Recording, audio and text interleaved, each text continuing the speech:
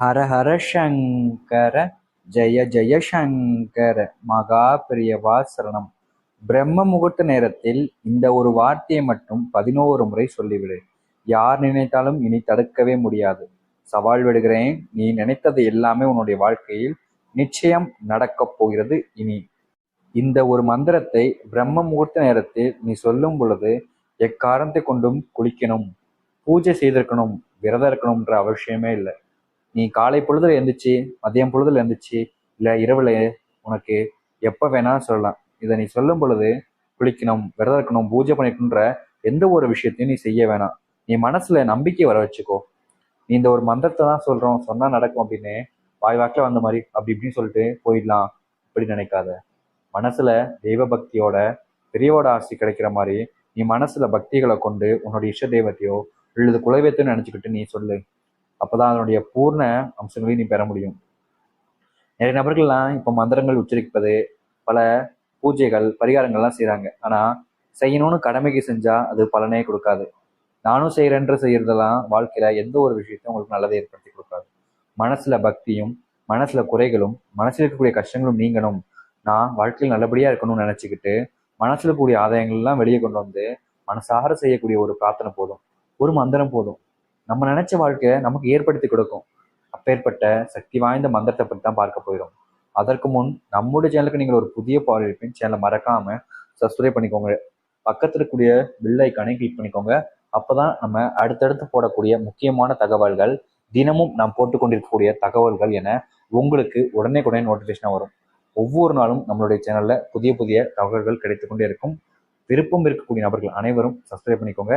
நிச்சயம் இது உங்களுக்கு பெரிய அளவில் பலனை கொடுக்கக்கூடிய ஒரு ஒன்றாக தான் இருக்கும். இந்த பிரம்ம முகூர்த்த நேரத்தில் நம்ம ஏன் சொல்லணுன்ற ஒரு கேள்வி இருக்கு.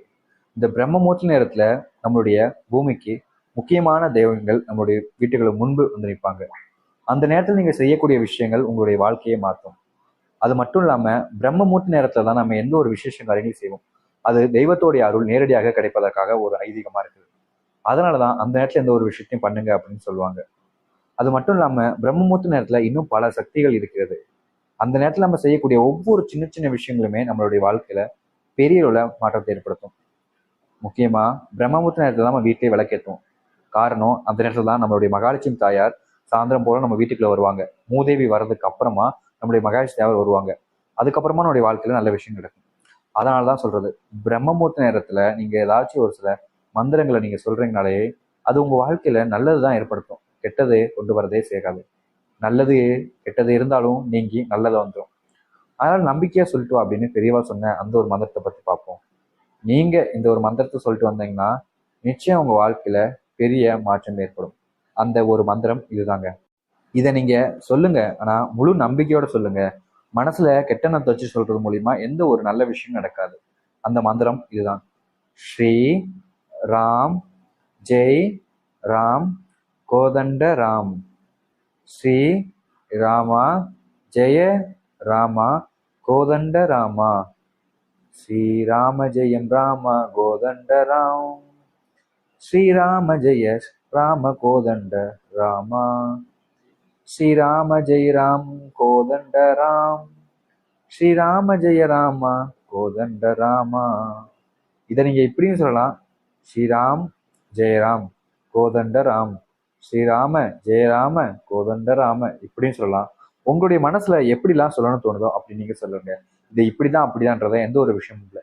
ஸ்ரீ ராம் ஜெய் ராம் கோதண்ட ராம். ஸ்ரீ ராம் ஜெய ராம கோதண்ட ராம இப்படின்னு சொல்லலாம். இது ராகமா கூட சொல்லலாம். ஸ்ரீராம ஜெய் ராம கோதண்ட ராம். ஸ்ரீராம ஜெய ராம கோதண்ட ராம.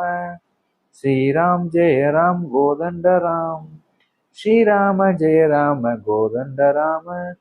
உங்களுடைய விருப்பத்துல நீங்க மனசுல எந்த விஷயத்தையும் தட்டத்தையும் இல்லாம நீங்க நல்லபடியா சொன்னா நல்லதுதான் நடக்கும்.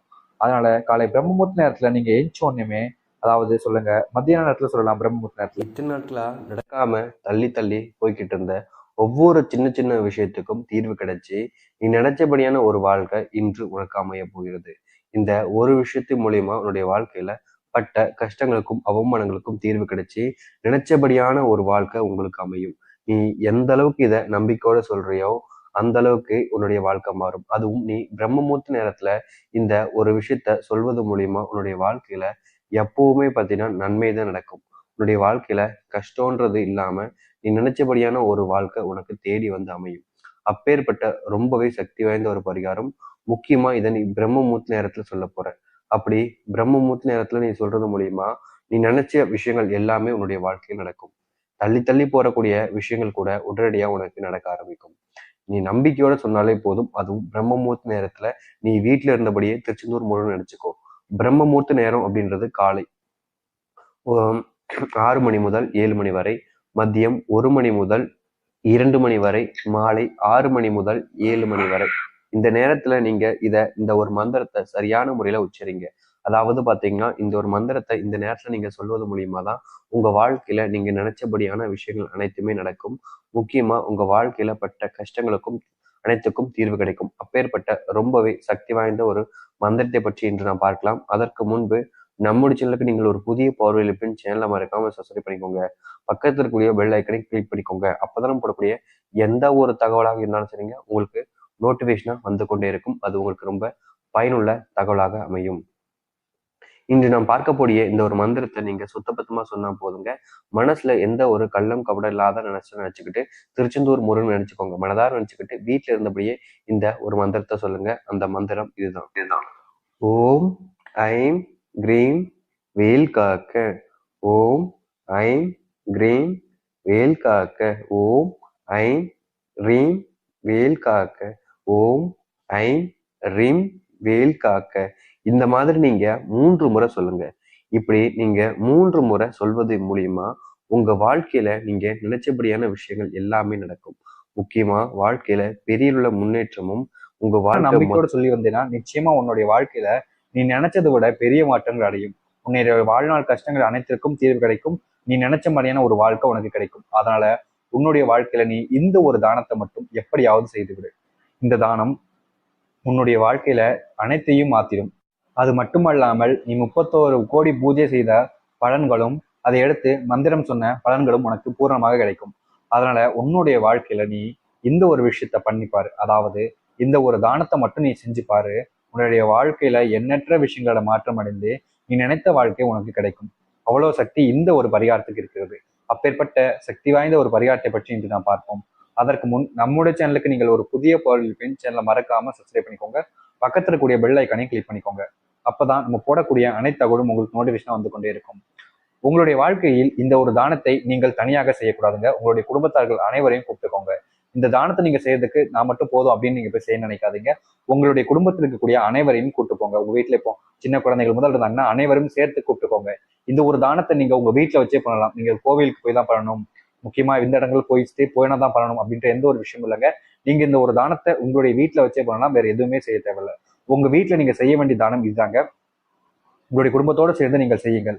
அதாவது உங்களுடைய வீட்டில் ஒரு சரியாக 21 நபர்களுக்கு, அதாவது அதோட அதிகமா வேணாங்க, 21 நபர்களுக்கு பார்த்தீங்கன்னா நீங்க உணவு சாப்பிட தயாரிச்சு நீங்களே கொடுக்கணும். உங்க வீட்டுல கூப்பிட்டு வச்சு சாப்பிட வைக்கணும்.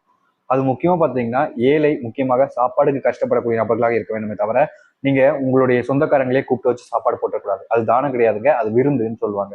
தானன்றது உங்களுக்கு யாருன்னே தெரியாத சாப்பாடுக்கு கஷ்டப்படக்கூடிய 21 நபர்களே கூட்டு வந்து உங்களுடைய வீட்டுல வச்சு நீங்க அன்னதானத்தை சாப்பாடை போடுங்க. இப்படி நீங்க செய்யறது மூலியமா உங்க வாழ்க்கையில பெரிய மாற்றங்கள் ஏற்படும். நிறைய நபர்கள் என்னோட வீடு சின்னதுங்க, என்னுடைய வீட்டுல எல்லாம் நான் பண்ண முடியாதுன்னு நினைக்கிறவங்க நீங்க கோவில்களுக்கு கூட போகலாம். அங்க போயிட்டு 21 நபர்களுக்கு நீங்க சாப்பிட கொடுக்கலாம். அப்படி இல்லைன்னா நீங்க வெளியிடங்களுக்கு சென்று கூட 21 நபர்களுக்கு அந்த உணவை சாப்பிட கொடுக்கலாங்க. இதை வீட்டுல வச்சுதான் பண்ணணும்னு அந்த ஒரு அவசியம் இல்லை.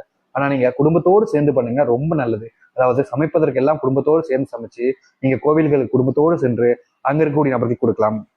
அல்லது ஏதாவது அனாதாசிரத்துக்கு சென்று அங்க இருக்கக்கூடிய நபர்களுக்கு நீங்கள் அவங்களுக்கு சொந்தமாக இருப்பதாக போல் நினைத்துக் கொண்டு அவங்களுக்கு நீங்க உணவை தானமா கொடுக்கலாம். அதாவது 21 நபர்களில் நீங்கள் உணவை தயாரிச்சு உங்களுடைய வாழ்க்கையில ஒரு நாள் ஒரே ஒரு தடவை செஞ்சு பாருங்க. உங்க குடும்பத்தில் இருக்கக்கூடிய அனைவருடைய தலையெழுத்தும் மாறும். 31 கோடி புண்ணியம் உங்களுக்கு வந்து சேருங்க. நீங்க அந்த அளவுக்கு பலனும் உங்களுக்கு கிடைக்கும். நம்பிக்கையோடு சொல்லி பாருங்க, நம்பிக்கையோடு செஞ்சு பாருங்க. உங்க வாழ்க்கை மாற்றத்தை இந்த ஒரு தானத்தினால நிச்சயம் மாறி நன்மைகள். இதனால் மூலம் உன்னுடைய வாழ்க்கையில் கஷ்டங்கள் இருக்க போவதில்லை, நல்லது மட்டும்தான் இருக்க போகுது. அதனால நீ நம்பிக்கையோட சொல்லு, தைரியமா சொல்லு, கவலைப்படாத, நல்லது நடக்கும் அப்படின்னு பெரியவா சொன்ன ஒரு விஷயம். இந்த தானத்தை நீங்க செஞ்சு பாருங்க, உங்க வாழ்க்கை மாறி வாழ்க்கையில வெற்றி நிச்சயம் கிடைக்கும்.